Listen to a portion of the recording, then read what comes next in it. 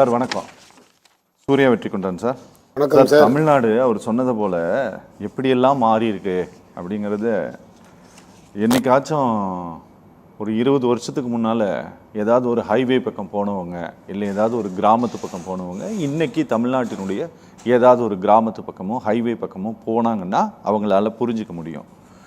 ஒரே ஒரு குடிசை வீடு கூட இங்கே இல்லை அப்படிங்கிற மாதிரியான ஒரு நிலைமையை உருவாக்கியிருக்கு. அப்படி இருந்தாலும் கூட ஒரு தார்ஸ் வீடு இருக்கும், தார்ஸ் வீட்டுக்கு முன்னால் வேணால் ஒரு குடிசை போட்டிருப்பாங்களே தவிர முழு குடிசை வீடு அப்படிங்கிறது இங்கே எதுவுமே கிடையாது. அப்படி ஒரு நிலைமையை உருவாக்கியிருக்காங்க. இங்கே புதுசாக ஒன்று செய்கிற போகிறேன், இதை நான் மாற்றி வைக்க போகிறேன் அப்படின்னு சொல்வதற்கு இந்த மாநிலத்தில் எதுவும் இல்லை. ஆனால் ஒன்று இருக்குது, நாங்கள் இங்கே துறை ரீதியாக நடக்கக்கூடிய ஊழல்கள், அதன் மூலமாக ஏற்படக்கூடிய வருவாய் இழப்பு, அதை நாங்கள் சரி பண்ண போகிறோம் அப்படின்ட்டு யாராச்சும் சொன்னாங்க அப்படின்னா உண்மையிலேயே அது வரவேற்கத்தக்கது. அந்த ஒரு விஷயத்தை தாவேக்கா கையில் எடுத்திருக்கிறதா சார்? அது அவங்களுக்கு ஒரு பெரிய பலனை கொடுத்துருக்கா? உங்க பதில் இருக்க பதில் இல்லை, கேள்வி இருக்க, கேள்வியே பதிலாக வச்சுக்கலாம். ஓகே, வேற ஒன்றும் இல்லை. இப்போ நீங்கள் இவ்வளோ நேரம் எல்லாம் 4 பேர் கருத்தெல்லாம் சொல்லிட்டு இருந்தீங்க. எனக்கு என்ன சப்ஜெக்டில் பேசுகிறீங்கன்னு எனக்கு கொஞ்சம் குழப்பமாக தான் இருந்தது. ஓகே, அதுவும் சென்ட்ரல் கவர்மெண்ட்டு இந்த பக்கத்தில் வேற வச்சுக்கிட்டு இவ்வளோ பகிரங்கமாக வேற பேசணும். கவர்னர் இவர் கண்ட்ரோல் அப்படியா? இவங்க கண்ட்ரோலு. ஒரு சில நேரம் கவர்னர் பேசுகிறோம்னா பிஜேபி எழுந்துச்சு டிவியை நடத்தக்கூடாது. ஆமாம், ஏன்னா இது கவர்னர் கண்ட்ரோலில் தான் ஓடும். அது ஆளாத மாநிலத்தெல்லாம் கவர்னர் கண்ட்ரோல். இப்போ இந்த தமிழ்நாடு யார் கண்ட்ரோல்னு தெரியல. இப்போ இதுவும் போராடுது, நாங்கள் தான் போராடுறோம். இந்த கம்பெனியும் சேர்ந்து போராடுது. இப்போ எனக்கு என்ன வருத்தம்னா, கவர்னர் ஏதோ பேசினார், பெரிய புரட்சி பண்ணிட்டாரு, இங்கே ஏதோ பெரிய விசில் புரட்சி நடந்துருச்சுன்னு சொன்னார். ஏதோ விசிலை ஊதுறேன்னாரு. 38 நாளில் மக்களுக்கு சங்கம் ஊதிட்டாங்க. நாங்கள் கூட எதிர்பார்த்தோம் பெரிய லெவலில் அவர் கொடுத்ததெல்லாம் அப்படியே கரெக்டாக படிச்சுட்டே வந்தார். நான் எதிர்பார்த்தேன் சார், நிறையா நான் ரொம்ப எதிர்பார்த்தேன். நாங்கள் கேட்டது நீங்கள் கொடுக்குறேன்னு சொன்ன எதையும் தான் கொடுக்கல. ஆனால் நீங்கள் வாங்கினதையாவது சொல்லணுமா இல்லையா? அதில் அது எவ்வளோ பெரிய புரட்சி, அதையே சொல்ல மறந்துட்டீங்க. என்ன வாங்கினது? என்ன சார், இவர்கிட்ட சொல்லி தான் கவர்னர்கிட்ட லெட்டராக கொடுத்துருப்பாரு. என்ன சார் அவங்க பண்ணல? அவங்க புரட்சியில் மெயின் புரட்சி, இத்தனை எம்எல்ஏக்களை வாங்கிட்டு வந்திருக்கேன், இத்தனை எம்எல்ஏக்களை வாங்கிட்டு வந்திருக்கேன், திரும்பி பார்க்காம தூய சக்தி தீய சக்திட்ட ஆசீர்வாதம் வாங்கிட்டு வந்திருக்கேன். 10ஆவதுக்கு மக்கள் புரட்சி மாதிரி துரோக புரட்சிக்கு துணை போனேன். 5 எம்எல்ஏவை ராஜினாமா பண்ண வச்சு ஆளுங்களையும் ஓட்டிட்டு வந்துட்டேன்.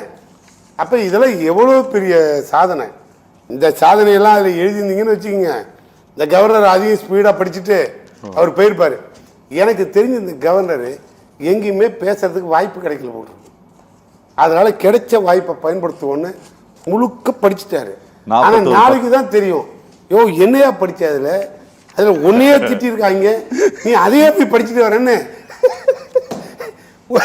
எனக்கு ஒரு வேளை இது டெம்பரவரி கவர்னர், அதனால நமக்கு ஏண்டா வம்பு, நம்மளே டெம்பரவரி தான், கவர்மெண்ட்டும் டெம்பரவரி தான், நமக்கு என்ன பிரச்சனை, 2 பேரும் ஒன்றா போயிடுவோன்ட்டு ஓரளவு அரவணைச்சு நீ என்ன வேணாலும் எழுதி கொடு, அப்படியே காப்பி பேஸ்ட் பண்ணுறேன் முடிச்சிட்டாரு. எங்கள் எதிர்கட்சி தலைவர் சொன்னார், மாற்றம் வரும் மாற்றம் வரும் மாற்றம் வரும் அப்படின்னு எதிர்பார்த்த மக்கள்கிட்ட மாட்டிக்கிட்டோம்னு தவிக்கிற மாதிரி இது அவர் பாணியில் நிதர்சனமாக தாத்தா பாணியில் பேசிட்டு போயிட்டார். ஆனால் நிதர்சனமான உண்மைகள் என்னங்கிறத யோசிக்கணும். கூட்டணியில் இருக்க கம்யூனிஸ்ட் அடிச்சது பாருங்க, உழைக்கின்ற மக்கள் ஒரு ஒரு வரி கூட உழைக்கும் மக்களை பற்றிய உணர்வுகள் வெளிப்படுத்தலை. யார்? கம்யூனிஸ்ட். Very good sir. விடுதலை சிறுத்தைகள் நாங்கள் எதிர்பார்த்த ஒன்றுமே அதில் இல்லை. கண்ணன் பேசினார், ரொம்ப அருமையாக இருந்தது. எதிர்பார்த்த ஒன்றும் இல்லைன்னாரு. இவர் பார்த்தாரு, என்ன சார் பேசினாலும் தப்புங்கிறீங்க, என்னதான் பண்ண சொல்றீங்க ஆளுன்னாரு. ஒன்றும் இல்லை, 2 முறை தேசிய கீதம் பாடினதுனால அவர் ஃபுல் சாட்டிஸ்ஃபைடுனாரு. Full satisfied. எனக்கு என்ன வருதுன்னா, வந்தே மாதரத்தை விட்டு போயிட்டாங்க. வந்தே மாதரம் எங்க, அதையுமே சேர்த்து பாடி இருக்கணும். அதை அங்கே பாட விட்டீங்கல்ல, இங்கே எங்கே ஆளை காணும். வந்தே மாதரத்தையும் பாட விடுங்க. தேசிய கீதத்தை ஒரு 4 தாட்டி பாடுங்க, வந்தே மாதரத்தை ஒரு 10 தாட்டி பாடுங்க. அதுக்கப்புறம் தமிழ் தாய் வாழ்த்துக்கு வாய்ப்பு இருந்தால் 2 பேரை பாட விடுங்க. டைம் முடிஞ்சிடும், அப்புறம் எந்திரிச்சு வீட்டுக்கு போயிருங்க. அப்புறம் எல்லாம் முடிச்சுட்டு நீங்கள் வீட்டுக்கு போயிடுங்க. வேலை முடிஞ்சு போச்சு. வேறு என்ன அதில் இருக்குது? நீங்கள் என்னவோ பெருசாக உட்காந்து பழைய கவர்னர் பரவாயில்ல, பழைய கவர்னர் வருவார், 5 நிமிஷம் உட்காருவார். மதசார்பற்ற இந்த வரி எனக்கு பிடிக்காது, நான் படிக்க மாட்டேன். அதுக்கப்புறம் திரும்பி பெரியார் எனக்கு பிடிக்காது, அண்ணா பிடிக்காது, கலைஞர் பிடிக்காது, அம்பேத்கர் சுத்தமாக பிடிக்காது. அதனால் இதெல்லாம் எனக்கு பிடிக்காதுங்கிறதுனால இதெல்லாம் இருந்தது, நான் படிக்க மாட்டேன், தூக்கி போட்டுட்டு போயிட்டே இருந்துடுவார். நாங்களும் போயிட்டு வாங்கன்றோம், பிரச்சனையே இல்லை. இப்போ இவர் தெளிவான ஆள், என்ன இருக்கோ அதை அவ்வளவும் படிச்சுட்டு இருமொழி கொள்கையை தவிர ஏற்றுக்கொள்ள மாட்டோம். அவருக்கு இது என்னன்னே தெரியல போட்டிருக்கு, அதையும் இங்கிலீஷில் வேகமாக படிச்சுட்டாரு. ஒருவேளை அப்படி படிக்க மட்டும்தான் தெரியும் போட்டிருக்கு, அர்த்தம் தெரியல போட்டிருக்கு. சரி, அதுவும் ஆனால் எது கேட்டுக்கலாம் நாளைக்கு காலையில். அது வேற பிரச்சனை வந்துட போகுது. அது அர்த்தம் தெரிஞ்சதுன்னு வச்சுங்க, ஒரு முன்னாடி பார்த்துருப்பாரு. இனியும் என்ன கல்விக்கு நிதி கொடுக்கலன்னு எங்களை கேட்குறேன், அது கல்வி நிதி நான் தானே பிடிச்சி வச்சுருக்கேன், நீ எப்படி திடீர்னு இதெல்லாம் எழுதியிருக்கீங்கன்னு கேட்டிருப்பாரு. அவருக்கு ஒன்றும் தெரியல. நமக்கு ஏன் சிக்கல், எழுதினானோ படித்தேன் தூக்கி போட்டானோ, அவரோட ஒரே அஜெண்டா தேசிய கீதம் 2 தாட்டி பாட்டிங்க. கடைசியாக ஆரஞ்சு மிட்டாய் வாங்கி கொடுத்தீங்கன்னா நான் அப்படியே ஊருக்கு போகிறேன்ட்டு ஆரஞ்சு மிட்டாயோட ஊருக்கு போயிட்டார். இப்போ இதில் என்ன உள்ளே இருந்தது நான் கேட்குறேன். கூட்டணி கட்சியெல்லாம் ஆதரவு கொடுத்த கட்சியெல்லாம் இப்போ நாளைக்கு எல்லாம் என்ன பண்ணுறீங்கன்னு பார்ப்போம், அது வேறு விஷயம். நீங்கள் எதிர்பார்த்த மாதிரி நான் கூட நினச்சேன் நீங்கள் ஏதோ மோதிரத்துக்கு வாய்ப்பு கொடுப்பீங்கன்னு. அது இல்லாமல் சிலிண்டர் 6 வரும் இல்லை, அதை தாண்டி எடப்பாடி வேற ரொம்ப தெளிவாக சொல்லியிருக்காரு. என்னைக்கும் பேசாத எடப்பாடி இன்னைக்கு அருமையாக பேசுகிறாரு. நான் இவர்கிட்ட கூட சொன்னேன். ஓகே, என்ன பேசியிருக்காரு பாருங்க. சிங்கப்பெண் பாதுகாப்பு படைக்கு அதை பாதுகாக்கிறதுக்கு ஒரு படையை சீக்கிரம் ரெடி பண்ணி போடுங்கன்னு. அப்போ எவ்வளோ தெளிவாக இந்த கவர்னரோட இன்னைய உரையும் இன்னையோட நிலைப்பாடும் பாருங்க. ஒன்றுமே இல்லை அதில்.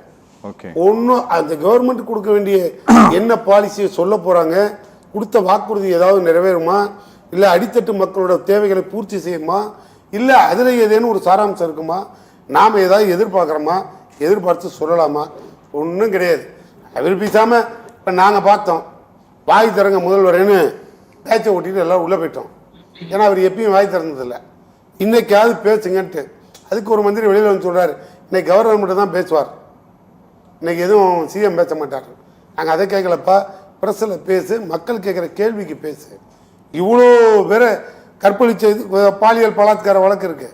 பாலியல் பலாத்காரம் பண்ணுறதுன்னா பிஜேபியில் ஒரு ஆள் சொல்கிறார், முதல்வரே சொல்லியிருக்கார், தமிழ்நாட்டில் எங்கே எது நடந்தாலும் அது தாவேக்காவுக்கு தான் அந்த புகழ்னார். அவர் தான் பேசினார். ஓகே, உங்களுக்கெல்லாம் தெரியும். இப்போ அதை மாதிரி எங்கே பாலியல் பலாத்காரம் நடந்தாலும் கைதாகிறவனும் தாவேக்காரன் தான். இன்னைக்கு கூட ஒரு உரிமையாளரை பிடிச்சிட்டு போயிட்டாங்க. அது என்ன, அது எனக்கும் தெரியல. என்ன ஏன் இவ்வளோ நாள் எங்கே போயிருந்தாங்க, திடீர்னு புதுசாக வந்து படப்படன்னு. அப்போ ஆல்ரெடி இதுதான் அக்யூஸ்டாக மொத்தமாக பிடிச்சிட்டு வந்துட்டாங்களா? நாங்களும் இது வரைக்கும் எனக்கு தெரிஞ்ச வரலாறுலாம் இல்லை. இதில் ட்ரைனிங் வேறு எம்எல்ஏகளுக்கு ட்ரைனிங், அமைச்சர்களுக்கு ட்ரைனிங் இங்கெல்லாம் கொடுக்காதீங்க. இந்த மாதிரி மைண்ட் செட் உள்ளவங்களுக்கு ட்ரைனிங் தமிழ்நாட்டில் வேண்டாம். ட்ரம்புக்கு அனுப்புங்க. ஒரு 10 நாளில் 1 மாதம் போய் அமெரிக்காவில் ட்ரம்புக்கிட்ட ட்ரைனிங் எடுக்கட்டும். அங்கே தான் என்ன நடக்குதுன்னு அப்போ தமிழ்நாட்டுக்கு புரியும். ஓகே, எனக்கு தெரிஞ்சு சார் ஒன்றுமே கிடையாது இதில். ஓகே ஓகே, இருந்தால் எதை பற்றியாவது நீங்கள் கேள்விகளுங்க, நாம் பதில் சொல்லுவோம். ஓகே சார், நான் தான் சொல்லிட்டேன், மக்கள் புரட்சி ஓகே பேசு விரைவில் வரும். ஓகே பேசு.